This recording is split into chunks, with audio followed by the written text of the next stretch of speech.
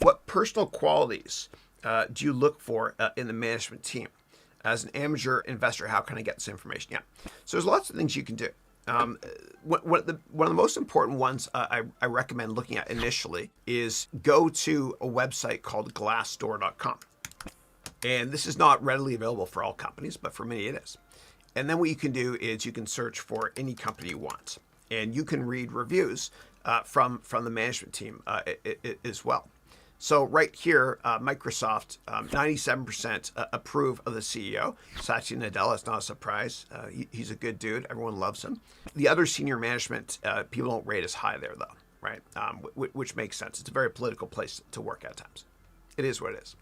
And then what you can do is you can read the reviews here of what it's like working there, here as an intern, I guess, and then as a software engineer, etc. And you can learn a lot about the management team here by reading these reviews. What you can also do is if you go to LinkedIn, you can read reviews on people here as well. And a lot of times, people that become CEO at companies or do exceptionally well and raise money, they have a lot of reviews written about them. So I'll show you this guy, Mohit Aaron. I used to be on the board of his company. I worked at a venture capital firm where Sequoia led the A round. And then we partnered up to lead the B round. And so I was on his board for a little while until I started venture capital. And so when I was doing research on Mohit, who's the founder of this company, Cohesity, which is the one that we invested in years ago, great guy, I looked through his experience.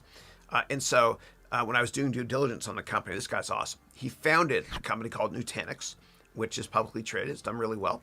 He was a staff engineer at Google, and he actually wrote, along with other people, the file system at Google when he was there as well. And so he also worked at this company here, Aster, which got acquired.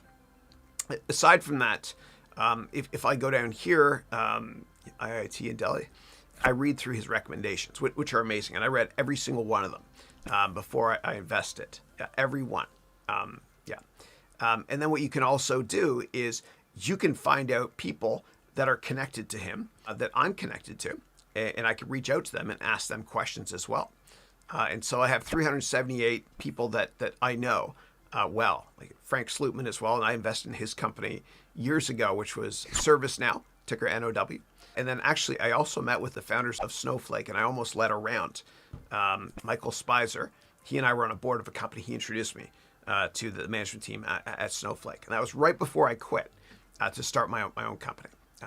Arvind's at City Ventures, great guy here in Palo Alto. So I would ask anyway, I would ask a lot of these people.